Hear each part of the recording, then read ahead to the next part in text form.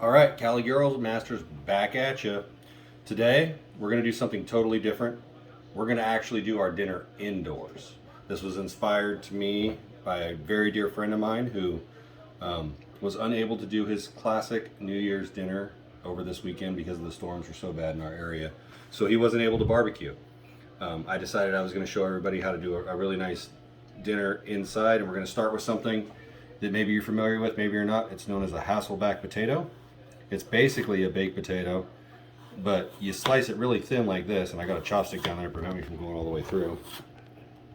You slice it like this, all the way across, and then we're going to put it on a baking sheet that we have cooking spray on. And I'm going to coat this potato and its friends that I have sitting aside over there in butter and oil to get it really good and crispy, so it's like a giant potato chip. We'll top it with sour cream and chives and all those good things that we do with everything else, like any other baked potato, and salt and pepper and such. And we'll hit you in different stages, and you can see what this does. On top of that, we're going to be doing a shrimp scampi in the oven. I'll show you those here shortly, as well as some broiled T-bone and porterhouse steaks. So that's what you have to look forward to today. I'm going to finish prepping this potato and get its friends over here done, and then we'll get back at you.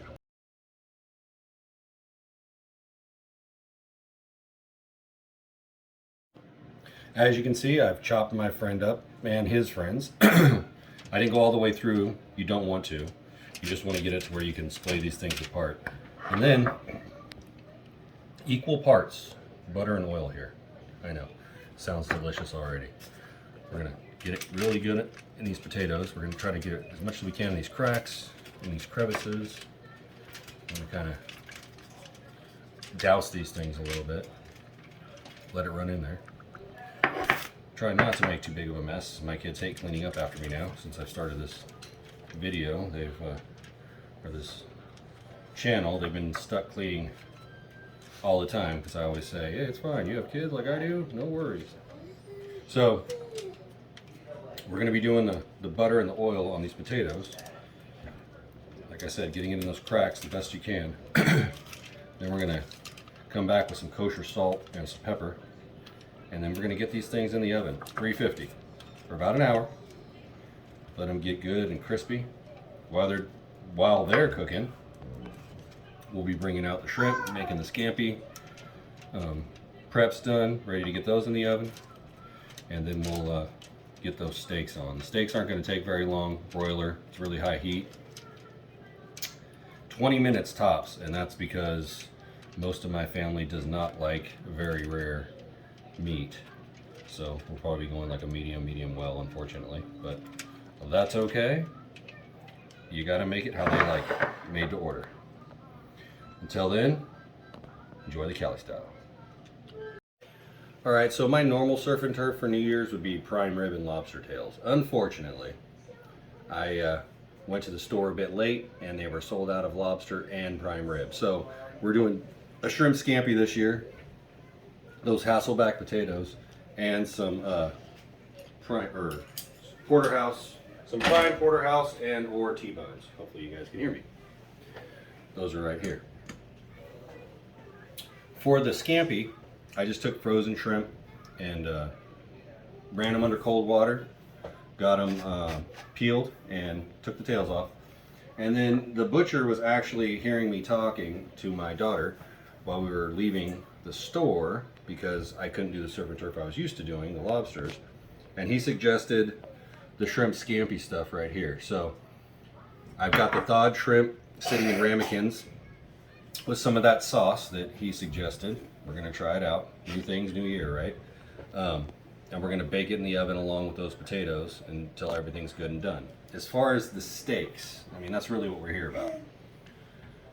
Dry brined them using nothing but kosher salt and fine black pepper. When I do my dry brine, I put the pepper on first, and then I put the kosher salt over it. That way it kind of pulls the pepper flavor into the meat. I let them sit in the fridge on a rack on top of a pan overnight, or at least 24 hours. Lets the salt get really good and far into the meat. And as you can tell, it does not dry it out. It's still very nice and juicy. So all I'm going to do to these steaks from here on out is I'm going to brush some of this oil butter mixture that we used on the potatoes on the steaks, both sides, and I'll put it in the broiler. I will come back to you when we have this stuff in the oven and you can see how that all looks.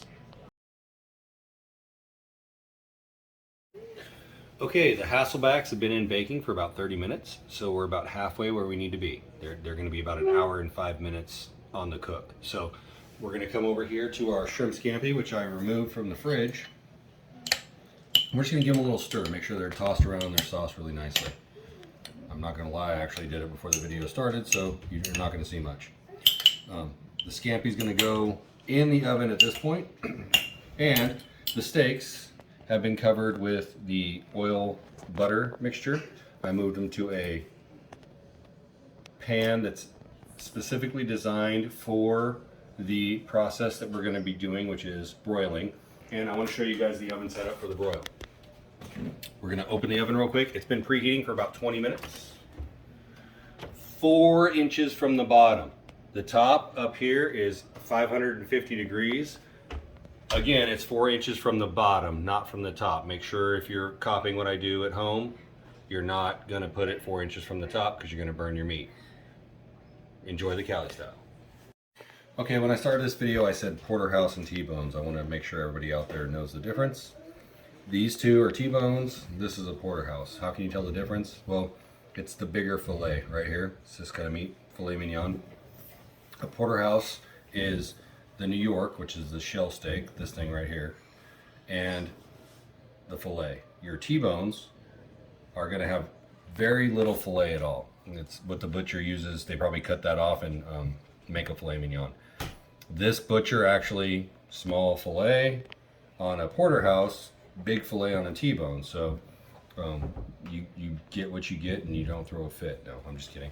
These were just the best of each that I could find. So I wanted to make New Year's, new steaks, new great, you know what I mean? Anyway, enjoy the Cali style. Okay, our broiler has been preheating for about 30 minutes. I'm going to take the broiler pan, and stick it in the oven now. We'll flip the steaks at about 12 to 13 minutes, depending, and we'll see how this goes.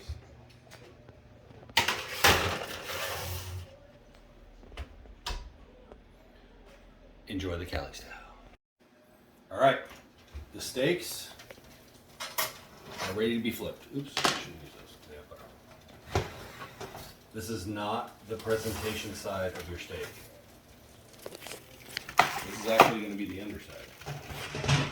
What I'm going to do is flip them, and I'm going to put them right next to the broiler. We're going to get some char on them. We're going to get them good and happy. On top of that, ooh, I dented that filet. Ugh. On top of that, we're going to get the scampi out of the oven, and we're going to take our potatoes out, and we're going to throw some cheese on them and let it melt in the oven. So, lots of stuff going on, lots of pictures to follow. I do want to show you in the oven, I put in a second rack right next to the heating element. Now we're 4 inches from the top. This is the presentation side. We're going to get it good and charred. We're going to get some black and some caramelization on that. And we're going to enjoy the Cali style.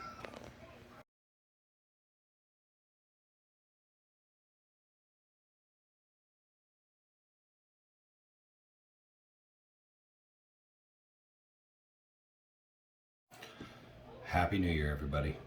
I hope you enjoyed it. Enjoy the Cali style.